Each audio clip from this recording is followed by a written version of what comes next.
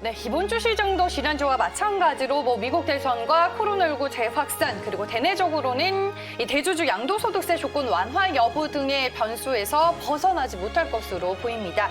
결국 이번 주 변동성 확대가 불가피한 상황인데요. 시장을 또 어떻게 준비를 하면 충격을 덜 받으면서 대응을 할 수 있을지 지금부터 조성우 과장의 얘기 들어보겠습니다. DB금융투자 잠실지점 조성우 과장 나와 있습니다. 안녕하세요. 안녕하세요.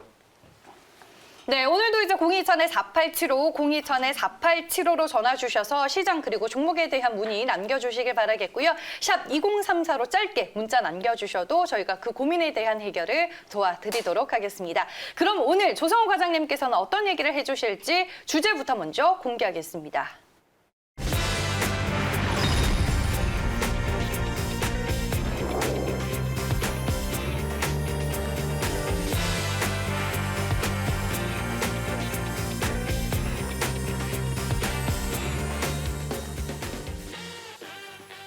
네, 오늘의 주제는 암초에 걸린 시장입니다. 그 암초를 모르는 개인 투자자분들은 네. 없을 것 같고 일단은 지난주 금요일 외국인들의 또 매도 물량이 상당히 거셌잖아요. 그러니까 지금 네. 시장이 빠지는 거는 우리가 그동안 알고 있었던 걸로 빠진다고 보기에는 너무 과하고 그리고 외국인의 매도도 너무나 좀 거세잖아요. 그러니까 저 암초라는 것은 또 이제 생각지도 않은 것을 뜻하는 건데 이따 제가 또 왜 이제 우리 시장이 이렇게 더 흔들리고 외국인의 매도가 이렇게 많이 나오는지를 말씀을 드릴 건데요. 일단 최근 이틀 동안의 그 외국인의 매매 동향을 한번 좀 보면서 말씀을 좀 드릴게요. 이틀 동안 매도 폭탄을 쏟아부었다고 해도 과언이 아닐 정도로 전방위적으로 좀 매도가 나왔었죠. 이제 코스피 같은 경우에는 이틀간 무려 1조 5,200억을 매도를 했고요. 이제 코스닥도 3,700억을 매도를 했습니다. 그리고 이제 선물마저 9,700억. 그러니까 코스피, 코스닥, 선물 요 세 가지 자산을 이틀 동안 합쳐서 거의 2조 8,600억을 매도를 한 거죠. 굉장히 유례없는 강한 매도예요. 그럼 이 매도가 과연 미국 대선에 대한 불확실성, 대주주 양도세 이것만으로 나왔을까라고 생각해 보게 되면 뭔가 계산이 안 맞는단 말이에요. 그러면 우리가 알지 못하는 어떤 새로운 돌발 암초에 걸려서 이런 매도가 나왔지 않나 이렇게 추정을 할 수가 있잖아요. 실제 이제 그러했고요.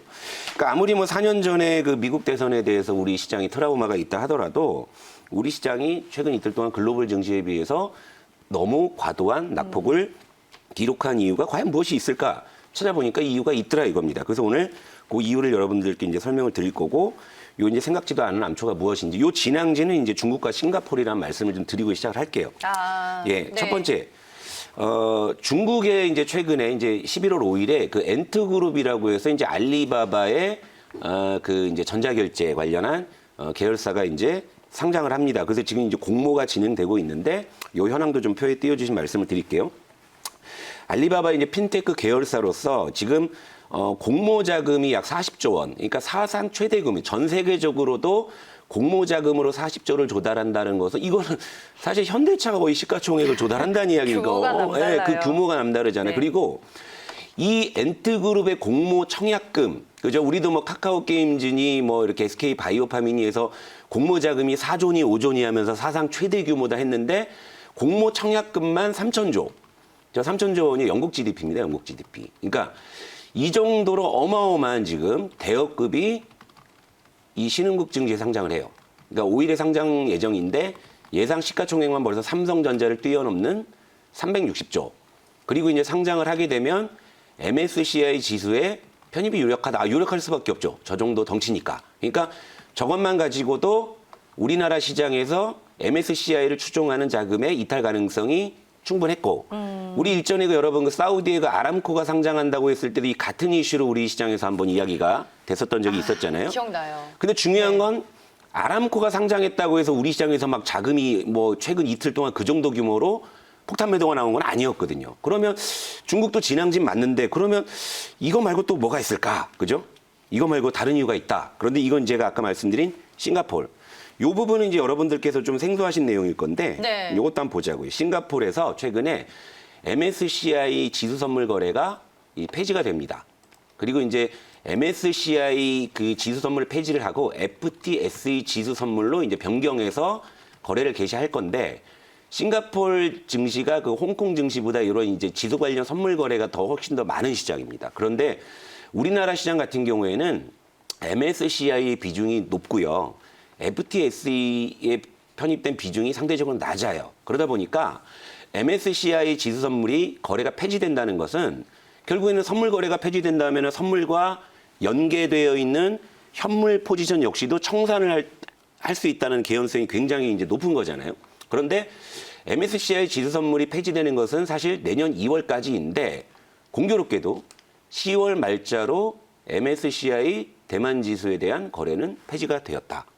이랬을 때 그러면 글로벌 자금들이 아시아 신흥국이라는 이야기를 많이 하고 이머징이라는 얘기를 많이 하지 않습니까? 그러면 야 10월 말에 뭐 대만도 폐지되는데 그냥 뭐 한국도 그냥 같이 청산해 라고 했을 개연성이 굉장히 크잖아요.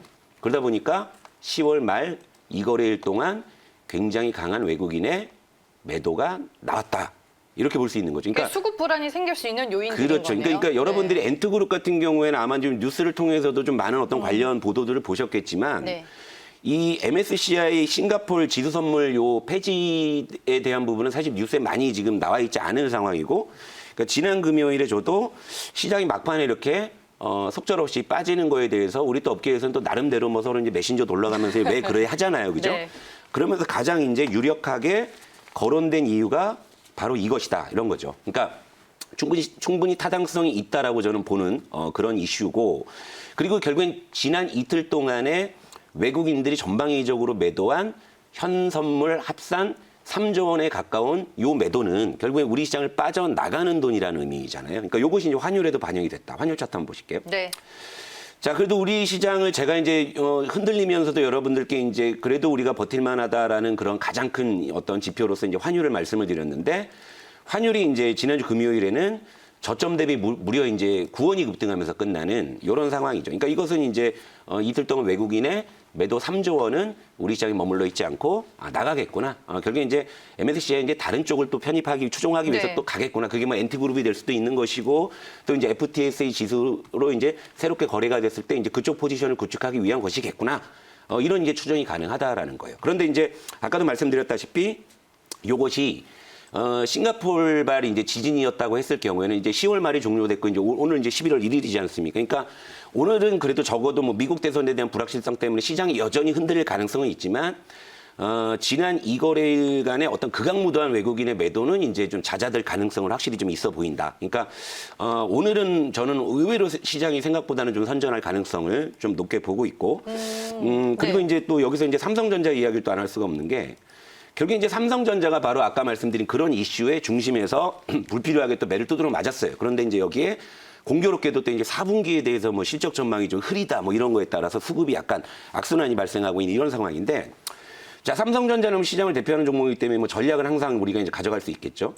자, 뭐 57,000원에서 55,500원 사이 요 구간에서 이제 어느 정도 뭐 하락이 나온다면 좀 더 나오다가 이제 하락이 멈출 가능성이 있어요. 그러니까 이제 삼성전자 같은 경우에는 뭐 지금 구간에서는 뭐 이제 저점을 좀 잡아가는 그런 전략이 좀 유효할 거라 보고, 근데 중요한 건 이제 삼성전자는 이렇게 좀 심플하게 좀 전략을 짤 수가 있는데 다른 종목들이 문제란 말이에요. 그러니까 여러분들 갖고 계시니까 지금은 이렇게 보시면 돼요.